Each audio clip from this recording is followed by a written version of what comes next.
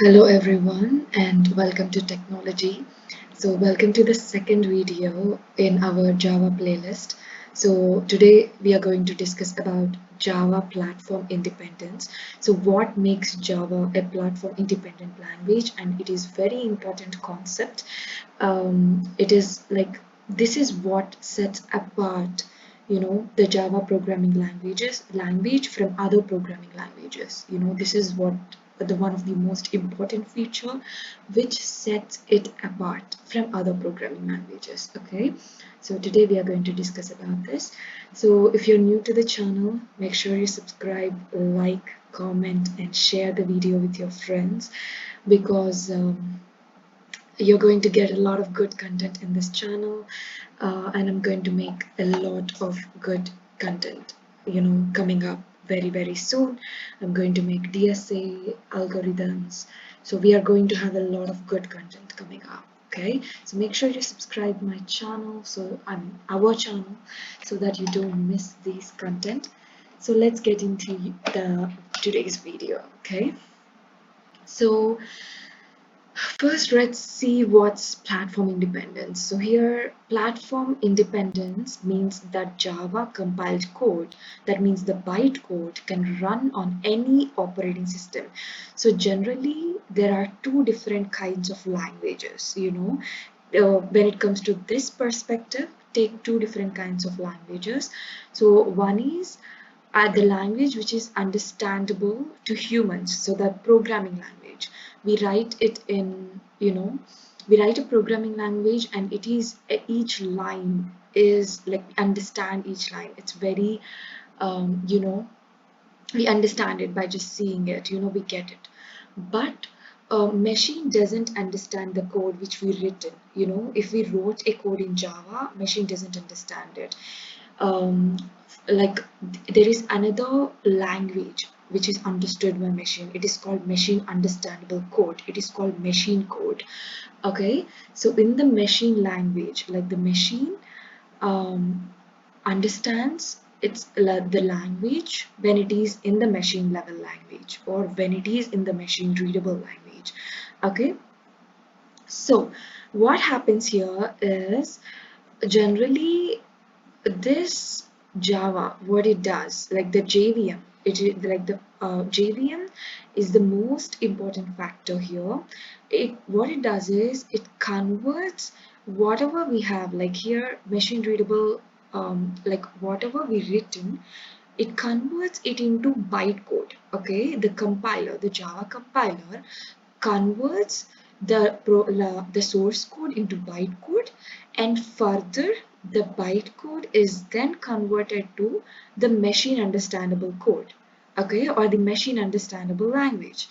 So here, if we move further, if we go down the lane, here we can see that it is mentioned clearly. This execution code may be a sequence of machine instructions that can be executed by CPU directly, or it may be an intermediate representation that is represented by a virtual machine.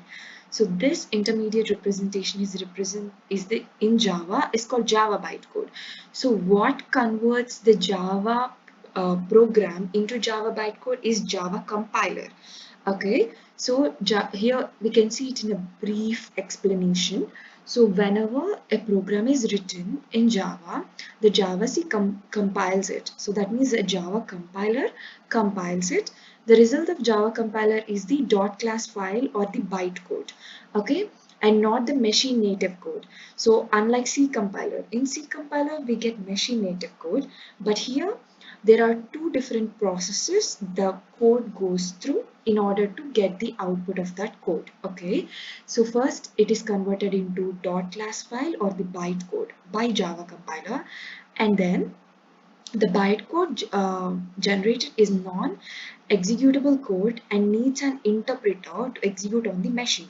So it needs an interpreter. So the whatever the bytecode is converted, whatever the bytecode converted should be interpreted in order to be executed. So that's why we compile the code and then we execute the code. We interpret the code. Like the code goes to through two different processes whenever we are executing a Java program. So we compile it and then we interpret it, right? So this interpreter is the JVM, and thus the bytecode is executed by the JVM.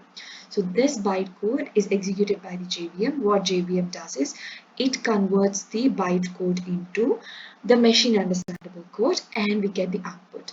Okay, so let's move further to see more like a clear explanation of this. Let's see this diagram to represent, you know, in a more easy way. So here we have a diagram. So here we have Java source code. Okay, I'm sorry. Okay, here we have a Java source code. So this Java source code goes through the Java compiler in order to get the Java bytecode, and after that the Java bytecode is interpreted to get the machine code. Okay, so the machine code is nothing but like there are different machine codes for different operating systems. So for example, if it is Windows, it should be converted, the JVM should convert the bytecode into Windows understandable machine code. If it is Linux operating system, the JVM should convert the machine code into, I mean bytecode into Linux understandable machine code, right? So there are different things. So here, yeah, it is write once, run anywhere. As we all know, WORA is a fundamental concept in Java programming.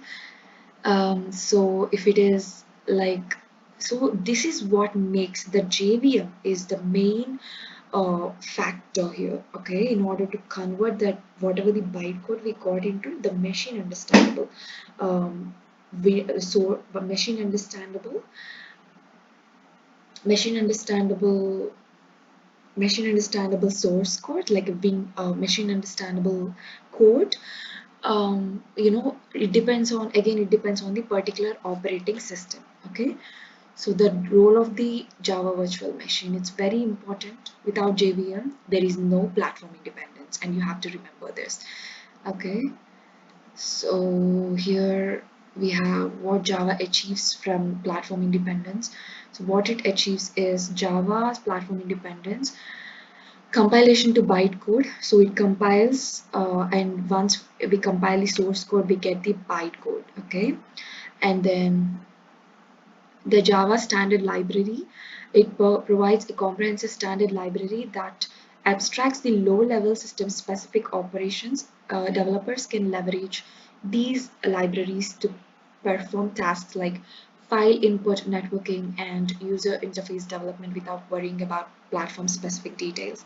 So by using this standard library, developers can perform tasks like file input, they can perform tasks like networking, and they can perform user interface development without worrying about the platform specific details. Okay, so yeah, it can be achieved through Java standard library. And we have class loaders, Java class loading mechanism. So what is class loading is nothing but the Java loads the program during the runtime. It loads the class dynamically during the runtime. Okay, so what is runtime means when we are like running the program. Okay, when we are like running the program. So this flexibility enables Java applications to adapt to different environments by loading platform specific implementations when necessary. So it's very flexible, the JVM, all these features the Java has, they're very flexible and they can adapt themselves by the particular operating system, the particular platform or the operating system we are using. Okay, so the features of the Java platform independence are, it is strongly typed language. So it is strongly typed, that means we have to define the particular data type of the variable. And it's also make sure the compiler checks for type compatibility at the compile time, reducing the likelihood of runtime errors. And we also have the garbage collection here. So automatically, what is garbage collection is nothing but it automatically manages the memory. Garbage collection is nothing but it automatically manages the memory. That means if automatically deallocates the memory. So if we allocate a memory for an array, for example, it automatically deallocates the memory once it is done. Or if we have an object, it automatically deallocates the object, the memory occupied by the object. So if we are not using that anymore, okay. So the feature not only enhances the stability of Java applications, but also simplifies the memory management. And we also have standard library, as we seen before. Java boasts an extensive standard library that provides wide predefined pre-built classes and APIs. So these libraries are platform independent. They can be very flexible. They can modify themselves according to the platform. And we have cross-platform GUI development. So what is this? What is cross-platform GUI development? It is nothing but Java Swing and Java FX libraries. So these two are very advanced libraries. So using this, we can perform graphical user interface. What is GUI? Is graphical user interface. So we can make a graphical user interface using these two. So and they aid for look and feel native for on various platforms. This capability enables development of cross-platform desktop applications with ease. Okay, so yeah. And next we have Java class libraries. So another key factor contributing to Java platform independence is extensive collection of class libraries.